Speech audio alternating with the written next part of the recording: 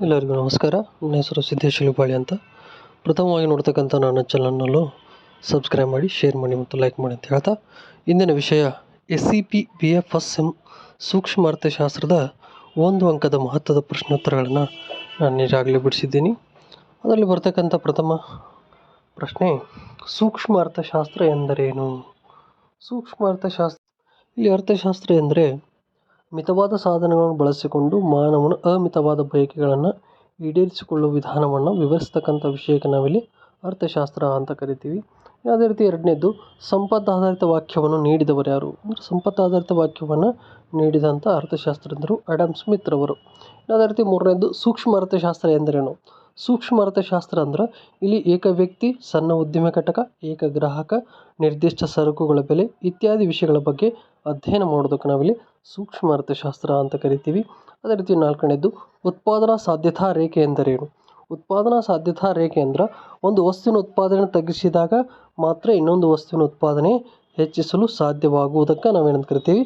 ಉತ್ಪಾದನಾ ಸಾಧ್ಯತಾ ರೇಖೆ ಅಂತ ಕರಿತೀವಿ. ಅದೇ ರೀತಿ ಅನುಭೋಗ ಎಂದರೇನು? ಇಲ್ಲಿ ಅನುಭೋಗ ಅಂದ್ರೆ ಮಾನವನ ಬಯಕೆಗಳ ತೃಪ್ತಿಗಾಗಿ ಆರ್ಥಿಕ ಸರಕುಗಳನ್ನು ಮತ್ತು ವೈಯಕ್ತಿಕ ಸೇವೆಗಳನ್ನು ಉಪಯೋಗಿಸಿಕೊಳ್ಳುವುದಾಗಿದೆ. ಇದಕ್ಕೆ ನಾವು ಅನುಭೋಗ ಅಂತ ಕರಿತೀವಿ. ಅದೇ ರೀತಿ ತುಷ್ಟಿಗುಣ ಎಂದರೇನು? ಇಲ್ಲಿ ತುಷ್ಟಿಗುಣ ಅಂದ್ರೆ ತುಷ್ಟಿಗುಣ ಅನ್ನೋದಿಲ್ಲ ಏನಾಗ್ತೈತಿ, ಮಾನವನ ಬಯಕೆಗಳ ತೃಪ್ತಿಪಡಿಸುವ ಗುಣವೇ ತುಷ್ಟಿಗುಣವಾಗಿ ಕಂಡುಬರುತ್ತದೆ ಅಂತ ಹೇಳ್ತಾರೆ. ಅದೇ ರೀತಿ ಇಳಿಮುಖ ಸೀಮಾಂತ ತುಷ್ಟಿಗುಣದ ನಿಯಮವನ್ನು ತಿಳಿಸಿ. ಅಂದರೆ ಇಳಿಮುಖ ಸೀಮಾಂತ ತುಷ್ಟಿಗುಣವನ್ನು ತೆಗೆದುಕೊಂಡ್ರೆ ಒಬ್ಬ ವ್ಯಕ್ತಿಯ ಬಳಿ ಇರುವ ವಸ್ತುವಿನ ಸಂಗ್ರಹಕ್ಕೆ ಮತ್ತೆ ಒಂದೊಂದು ವಸ್ತು ಸೇರಿಸಿದಂತೆ ಅವನಿಗೆ ನಿರ್ದಿಷ್ಟವಾದ ಒಂದು ವಸ್ತುವಿನ ಸಂಗ್ರಹದಿಂದ ಪ್ರಯೋಜನ ಇಳಿಮುಖವಾಗುವುದಕ್ಕೆ ನಾವಿಲ್ಲಿ ಇಳಿಮುಖ ಸೀಮಾಂತ ತುಷ್ಟಿಗುಣ ನಿಯಮ ಅಂತ ಕರಿತೀವಿ. ಅದೇ ರೀತಿ ಅನುಭೋಗ್ಯ ಅಧಿಕ ತೃಪ್ತಿ. ಅನುಭೋಗ್ಯ ಅಧಿಕ ತೃಪ್ತಿ ಅಂದರೇನು? ಅನುಭೋಗ್ಯ ಪಡೆಯುವ ತೃಪ್ತಿ ಅವನು ಕೊಡುವ ಬೆಲೆಗಿಂತ ಅಧಿಕವಾಗಿರುವುದರಿಂದ ಇದನ್ನು ಅನುಭೋಗ್ಯ ಅಧಿಕ ತೃಪ್ತಿ ಅಂತ ಕರಿತೀವಿ. ಅದೇ ರೀತಿ ಬರತಕ್ಕಂಥದ್ದು 9ನೇದು, ಉಪಕ್ಷಿತ ರೇಖೆ ಎಂದರೇನು? ಅಂದರೆ ಒಂದೇ ಮಟ್ಟ ತೃಪ್ತಿ ನೀಡುವ ಎರಡು ವಸ್ತುಗಳ ವಿವಿಧ ಸಂಯೋಜನೆಗಳನ್ನು ತೋರಿಸುವ ರೇಖೆಗೆ ನಾವಿಲ್ಲಿ ಉಪಕ್ಷಿತ ರೇಖೆ ಅಥವಾ ಔದಾಸೀನ ವಕ್ರರೇಖೆ ಅಂತ ಕರಿತೀವಿ. ಅದೇ ರೀತಿ ನಂತರ ಬರ್ತಕ್ಕಂಥದ್ದು ಆದಾಯದ ಪರಿಣಾಮ ಎಂದರೇನು? ಆದಾಯದ ಪರಿಣಾಮ ಅಂದರೆ ಅನುಭೋಗ್ಯ ಆದಾಯದಲ್ಲಿ ಬದಲಾವಣೆಯಾದಾಗ ಅವನು ಪಡೆಯುತ್ತಿದ್ದ ಒಟ್ಟು ತೃಪ್ತಿಯಲ್ಲಿ ಆಗತಕ್ಕಂಥ ವ್ಯತ್ಯಾಸಕ್ಕೆ ಆದಾಯದ ಪರಿಣಾಮ ಅಂತ ಕರಿತೀವಿ. ಅದೇ ರೀತಿ ಬೆಲೆಯ ಪರಿಣಾಮ ಎಂದರೇನು? ಇಲ್ಲಿ ಬೆಲೆಯ ಪರಿಣಾಮ ಅಂದ್ರೆ ಯಾವುದೇ ಒಂದು ವಸ್ತುವಿನ ಬೆಲೆ ಬದಲಾವಣೆ ಆ ವಸ್ತುವಿನ ಕೊಳ್ಳುವಿಕೆ ಪ್ರಮಾಣದ ಮೇಲೆ ಉಂಟು ಮಾಡತಕ್ಕಂಥ ಪರಿಣಾಮಕ್ಕೆ ನಾವಿಲ್ಲಿ ಬೆಲೆಯ ಪರಿಣಾಮ ಅಂತ ಕರಿತೀವಿ. ಅದೇ ರೀತಿ ಬೇಡಿಕೆ ಅರ್ಥ ನೀಡಿ ಅಂತ ಹೇಳ್ತಾರೆ. ಬೇಡಿಕೆ ಅಂದ್ರೆ ಕೊಂಡುಕೊಳ್ಳುವ ಶಕ್ತಿಯಿಂದ ಬೆಂಬಲಿತವಾದ ಬಯಕೆ ಎಂದು ಅರ್ಥವಾಗ್ತದೆ ಅಂತ ಹೇಳ್ಬೋದು. ಅದೇ ರೀತಿ ಬೇಡಿಕೆ ನಿಯಮ. ಬೇಡಿಕೆ ನಿಯಮ ಏನು ಹೇಳ್ತದೆ? ಬೆಲೆ ಹೆಚ್ಚಾದಂತೆ ಬೇಡಿಕೆ ಕಡಿಮೆ ಆಗ್ತದೆ ಮತ್ತು ಬೆಲೆ ಕಡಿಮೆ ಆದಂತೆ ಬೇಡಿಕೆ ಹೆಚ್ಚಾಗುವುದಕ್ಕೆ ನಾವಿಲ್ಲಿ ಬೇಡಿಕೆ ನಿಯಮ ಅಂತ ಕರಿತೀವಿ.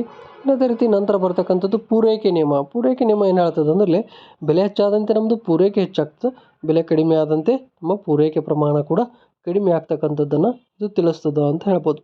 ಇನ್ನು ಅದೇ ರೀತಿ ಬೆಲೆ ಬೇಡಿಕೆ ಸ್ಥಿತಿಸ್ಥಾಪಕತ್ವ ಎಂದರೇನು?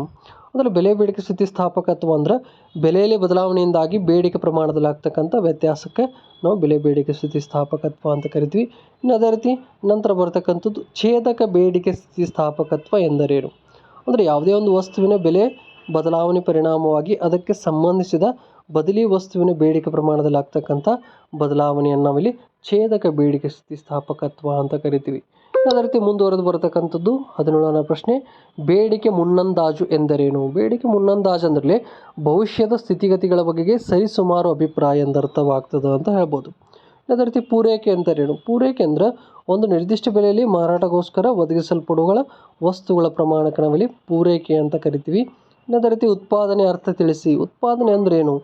ವಸ್ತುವಿನೊಳಗೆ ತುಷ್ಟಿಗುಣವನ್ನು ಸೇರಿಸಿ ಅದನ್ನು ಉಪಯೋಗ ಯೋಗ್ಯವನ್ನಾಗಿ ಮಾಡುವ ಕಾರ್ಯಕ್ಕೆ ಉತ್ಪಾದನೆ ಅಂತ ಕರಿತೀವಿ. ಇನ್ನು ಅದೇ ರೀತಿ ಉತ್ಪಾದನಾ ಬಿಂಬಕ ಎಂದರೇನು? ಉತ್ಪಾದನಾ ಬಿಂಬಕ ಅಂದರೆ ಉತ್ಪಾದನಾಗಳು ಮತ್ತು ಉತ್ಪಾದನೆ ನಡುವೆ ಇರತಕ್ಕಂಥ ಸಂಬಂಧಕ್ಕೆ ಉತ್ಪಾದನಾ ಬಿಂಬಕ ಅಂತ ಕರಿತೀವಿ. ಇನ್ನು ಅದೇ ರೀತಿ ಉತ್ಪಾದನಾ ವೆಚ್ಚ ಎಂದರೇನು?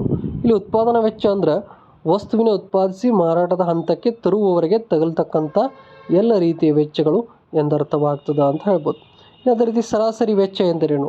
ಇಲ್ಲಿ ಸರಾಸರಿ ವೆಚ್ಚ ಅಂದರೆ ಒಂದು ನಿರ್ದಿಷ್ಟ ಪ್ರಮಾಣದ ಉತ್ಪಾದನೆಯಲ್ಲಿ ಪ್ರತಿಯೊಂದು ವಸ್ತುವಿನ ಉತ್ಪಾದನೆಗೆ ತಗಲುವ ವೆಚ್ಚಕ್ಕೆ ಸರಾಸರಿ ವೆಚ್ಚ ಅಂತ ಕರಿತೀವಿ. ಇನ್ನು ಅದೇ ರೀತಿ ಮಾರುಕಟ್ಟೆ ಎಂದರೇನು? ಮಾರುಕಟ್ಟೆ ಅಂದರೆ ಸರ್ವೇಸಾಮಾನ್ಯವಾಗಿ ಕೊಳ್ಳುವವರು ಮತ್ತು ಮಾರುವವರು ಸಂಧಿಸುವ ಒಂದು ನಿರ್ದಿಷ್ಟ ಸ್ಥಳಕ್ಕೆ ನಾವಲ್ಲಿ ಮಾರುಕಟ್ಟೆ ಅಂತ ಕರಿತೀವಿ. ಅದೇ ರೀತಿ ಏಕಸ್ವಾಮ್ಯ ಮಾರುಕಟ್ಟೆ ಎಂದರೇನು ಅಂದರೆ ಏಕಸ್ವಾಮ್ಯ ಮಾರುಕಟ್ಟೆ ಅಂದರೆ ಕೇವಲ ಒಬ್ಬನೇ ಮಾರಾಟಗಾರ ಅಥವಾ ಒಂದೇ ಉದ್ಯಮ ಸಂಸ್ಥೆ ಅಸ್ತಿತ್ವದಲ್ಲಿರ್ತಕ್ಕಂಥದ್ದಕ್ಕೆ ನಾವು ಏಕಸ್ವಾಮ್ಯ ಮಾರುಕಟ್ಟೆ ಅಂತ ಕರಿತೀವಿ. ಅದೇ ರೀತಿ ಮಾರುಕಟ್ಟೆ ಬೆಲೆ ಎಂದರೇನು? ಇಲ್ಲಿ ಬೇಡಿಕೆ ಮತ್ತು ಪೂರೈಕೆ ಪರಸ್ಪರ ಒತ್ತಡಗಳಿಂದ ನಿರ್ಧಾರವಾಗ್ತಕ್ಕಂಥ ಬೆಲೆಯನ್ನು ಮಾರುಕಟ್ಟೆ ಬೆಲೆ ಅಂತ ನಾವಿಲ್ಲಿ ಕರಿತೀವಿ. ನಂತರ ಬರ್ತಕ್ಕಂಥದ್ದು 26ನೇದು ಬೆಲೆಯ ತಾರತಮ್ಯ ಎಂದರೇನು? ಇಲ್ಲಿ ಬೆಲೆಯ ತಾರತಮ್ಯ ಅಂದರೆ ಒಬ್ಬ ವ್ಯಾಪಾರಸ್ಥನು ವಿವಿಧ ಗ್ರಾಹಕರಿಂದ ಬೇರೆ ಬೇರೆ ಬೆಲೆಗಳನ್ನು ವಸೂಲಿ ಮಾಡೋದಕ್ಕೆ ಬೆಲೆ ತಾರತಮ್ಯ ಅಂತ ಕರಿತೀವಿ. ಅಂದರೆ ಗ್ರಾಹಕರಿಂದ ವಸೂಲಿ ಮಾಡ್ತಕ್ಕಂಥದ್ದು. ಇನ್ನು ಸೂರಿ ಮಾರಾಟ ಎಂದರೇನು? ಇಲ್ಲಿ ಸ್ವದೇಶಿ ಮಾರುಕಟ್ಟೆಯಲ್ಲಿ ಮತ್ತು ವಿದೇಶಿ ಮಾರುಕಟ್ಟೆಯಲ್ಲಿ ಬೇರೆ ಬೇರೆ ಬೆಲೆಗಳಲ್ಲಿ ಸರಕುಗಳನ್ನು ಮಾರಾಟ ಮಾಡೋ ವಿಧಾನಕ್ಕೆ ನಾವು ಸೂರು ಮಾರಾಟ ಅಂತ ಕರಿತೀವಿ. ಇನ್ನು ಕೆಲಜನ ಸ್ವಾಮ್ಯ ಅಂದರೆ ಏನಿಲ್ಲ, ಕೆಲವೇ ಉತ್ಪಾದಕರಿದ್ದು ಸಮೀಪದ ಬದಲಿ ವಸ್ತುಗಳನ್ನು ಉತ್ಪಾದಿಸುತ್ತಿದ್ದರೆ ಅವ್ರು ನಾವು ಕೆಲಜನ ಸ್ವಾಮ್ಯ ಮಾರುಕಟ್ಟೆ ಅಂತ ಕರಿತೀವಿ. ಇನ್ನು ಶ್ರೀಮಂತ ಉತ್ಪಾದಕತೆ ಹಂಚಿಕೆ ಸಿದ್ಧಾಂತವನ್ನು ಪ್ರತಿಪಾದಿಸಿದವರು ಯಾರಂದ್ರೆ JB ಕ್ಲಾರ್ಕ್ ಅವರು. ಇನ್ನು ಕೂಲಿ ಎಂದರೇನು ಅಂತದ. ಕೂಲಿ ಅಂದ್ರೆ ಭೌತಿಕ ಮತ್ತು ಮಾನಸಿಕ ಶ್ರಮಕ್ಕೆ ನೀಡುವ ಪ್ರತಿಫಲಕ್ಕೆ ನಾವಿಲ್ಲಿ ಕೂಲಿ ಅಂತ ಕರಿತೀವಿ.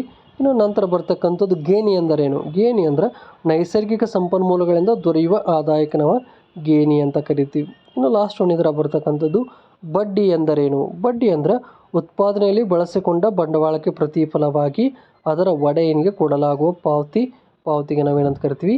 ಬಡ್ಡಿ ಅಂತ ಕರಿತೀವಿ. ಅಂದರೆ ಇಲ್ಲಿವರೆಗೆ ನಾನು ಹೇಳ್ತಕ್ಕಂಥದ್ದು ಏನ್ರಿ, SCP BFSM ಸೂಕ್ಷ್ಮ ಅರ್ಥಶಾಸ್ತ್ರದ 1 ಅಂಕದ ಪ್ರಶ್ನೋತ್ತರಗಳು ಈ ರೀತಿಯಾಗಿ ನಾನಿಲ್ಲಿ ಬಿಡಿಸಿದ್ದೀನಿ. ಈ ಮಾಹಿತಿ ನಿಮಗೆ ಇಷ್ಟವಾಗಿದ್ದರೆ ಅದೇ ರೀತಿ ಸಬ್ಸ್ಕ್ರೈಬ್ ಮಾಡಿರಿ, ಶೇರ್ ಮಾಡಿರಿ ಮತ್ತು ಲೈಕ್ ಮಾಡಿರಿ ಅಂತ ಹೇಳ್ತಾ ನನ್ನ ವಿಷಯವನ್ನು ಇಲ್ಲಿಗೆ ಮುಕ್ತಾಯಗೊಳಿಸ್ತಾ ಇದ್ದೀನಿ. ಎಲ್ಲರಿಗೂ